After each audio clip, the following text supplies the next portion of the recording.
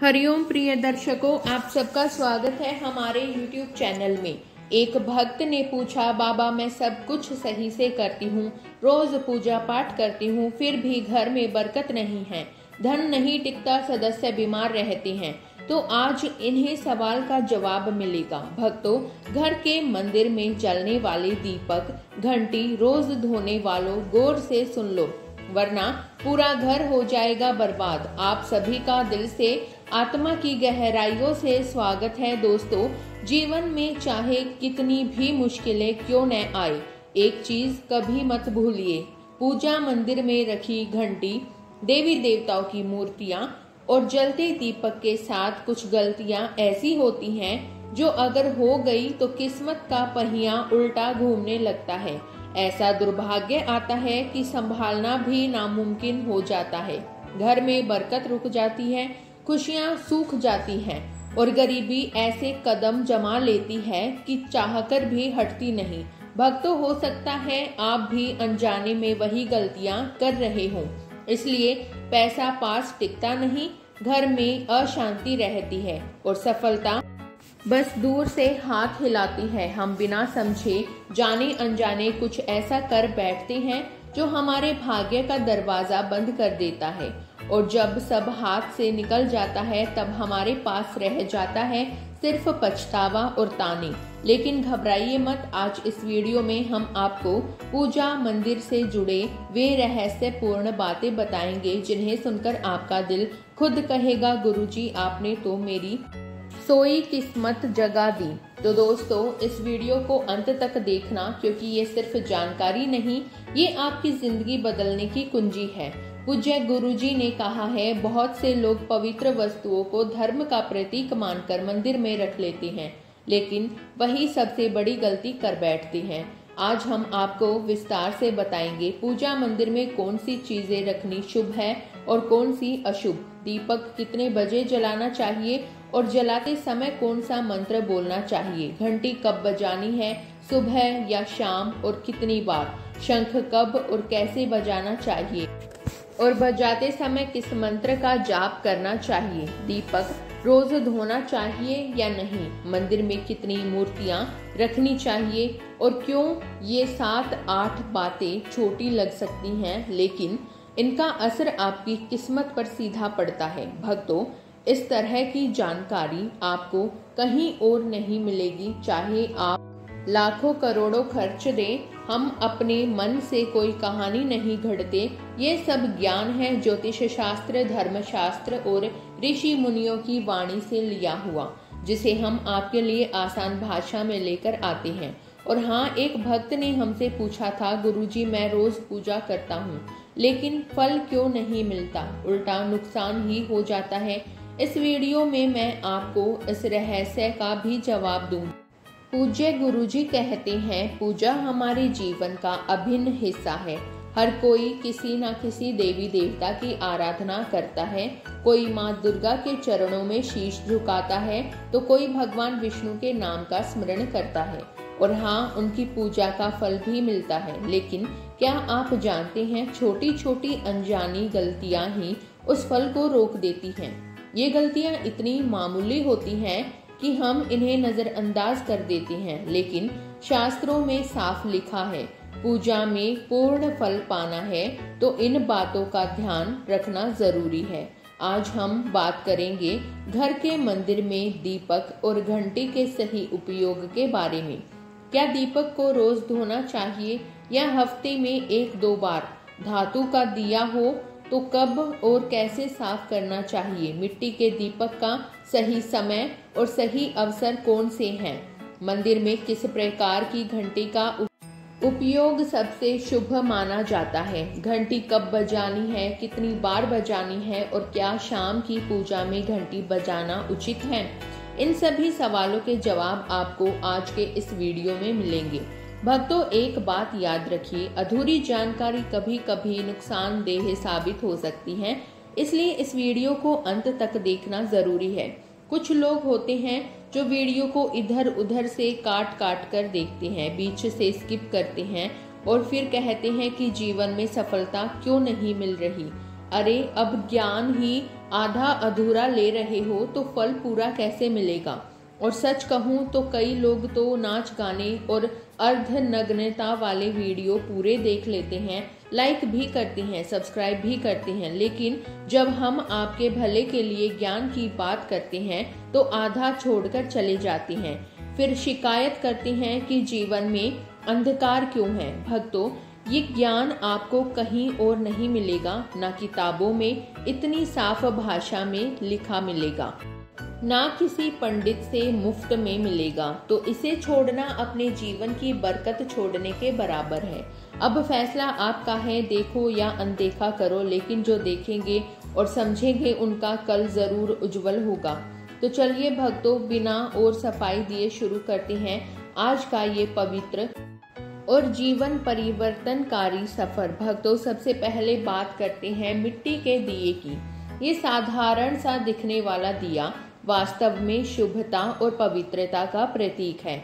दिवाली हो, कोई धार्मिक पर्व हो या फिर कोई बड़ा अनुष्ठान, मिट्टी का दिया जलाने का अपना ही महत्व है। घर के मंदिर में या दरवाजे के पास जब इसे जलाया जाता है तो ऐसा लगता है मानो लक्ष्मी माता खुद आपके आंगन में प्रवेश कर रही हो। लेकिन भक्तों ध्यान दीजिए, जब ये दिया मंदिर में रखा जाता है तो इसके नियम बदल जाते हैं। मिट्टी का दिया एक बार जलाने के बाद दोबारा मंदिर में नहीं रखना चाहिए।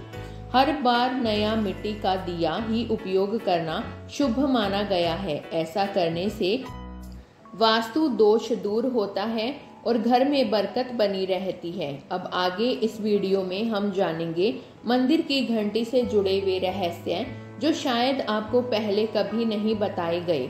तो भक्तों, वीडियो को अंत तक जरूर देखिएगा। और हाँ, एक छोटी सी विनती है, अगर अभी तक आपने मेरे YouTube चैनल को सब्सक्राइब नहीं किया है तो कर लीजिए और वीडियो को एक प्यारा सा लाइक जरूर दीजिए।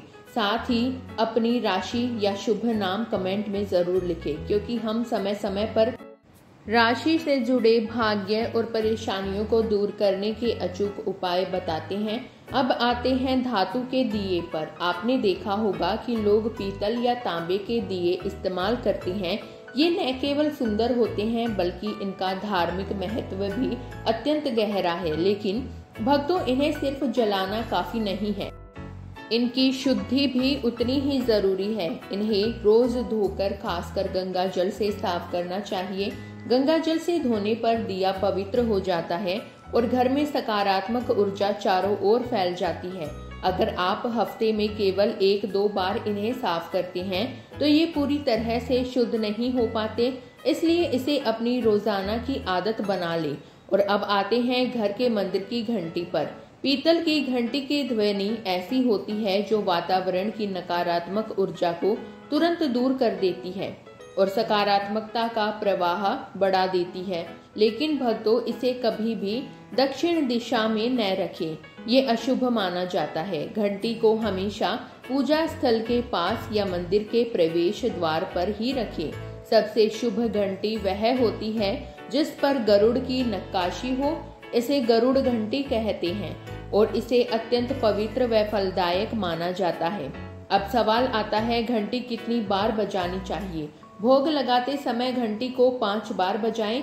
ऐसा करने से भगवान भोग को जल्दी स्वीकार करते हैं। पूजा के दौरान घंटी को जोर जोर से या लगातार नहीं बजाना चाहिए, सिर्फ 3 बार बजाना ही उचित है। घंटी को हमेशा दाहिने हाथ से बजाएं और इसका मुख पूजा स्थल की ओर होना चाहिए।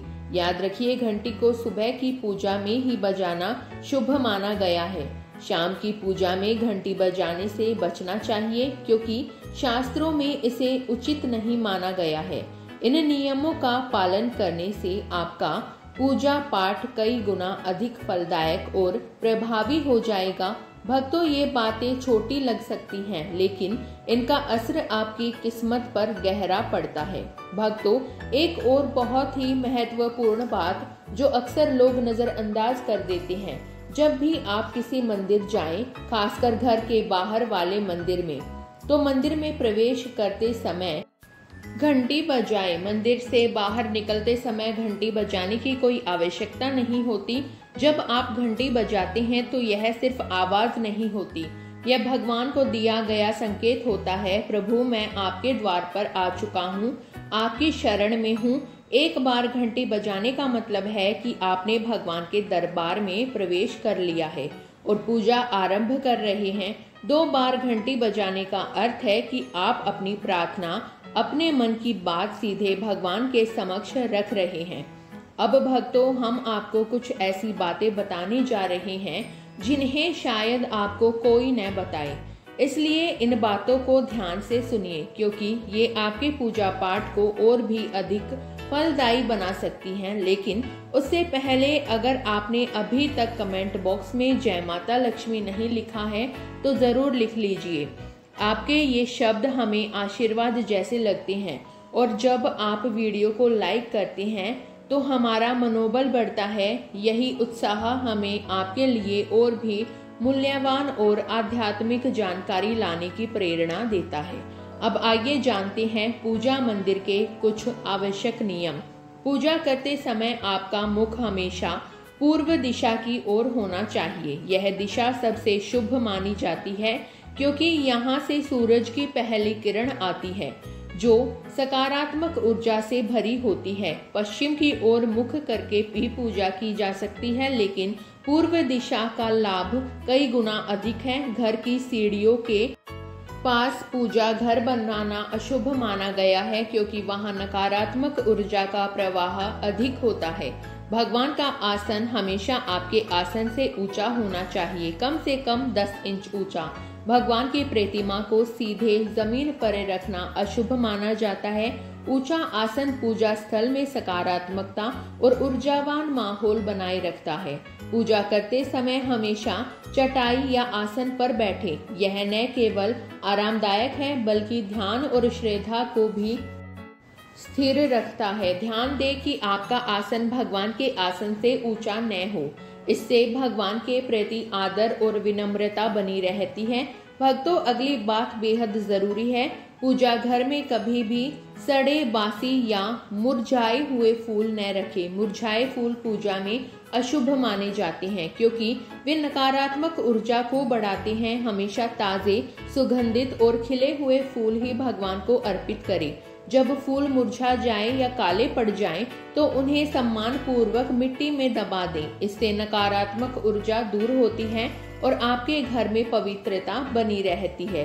भक्तों, एक और महत्वपूर्ण नियम, जिसे कमरे में आप सोते हैं उसमें घर का मंदिर नहीं बनाना चाहिए। यदि परिस्थिति के कारण आपके अपने सोने के कमरे में ही मंदिर रखना पड़े तो रात को मंदिर को ढक दें या उस पर पर्दा डाल दें। इससे रात को समय मंदिर से निकलने वाली ऊर्जा आपके विश्राम को प्रभावित नहीं करेगी। ऐसा करने से घर में शांति और आपकी पूजा में एकाग्रता बनी रहती है। अब एक और विशेष बात भक्तों, कभी भी काले कपड़े पहनकर पूजा न करें।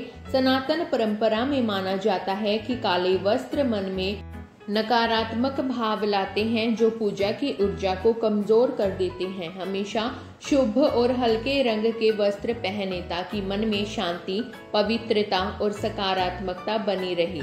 चलिए अब जानते हैं घर के पूजा मंदिर में किन चीजों को नहीं रखना चाहिए। भक्तों, किसी भी देवी देवता की एक ही तस्वीर या मूर्ति रखें। एक से अधिक तस्वीरें ऊर्जा का संतुलन बिगाड़ सकती हैं और पूजा का प्रभाव कम कर सकती हैं।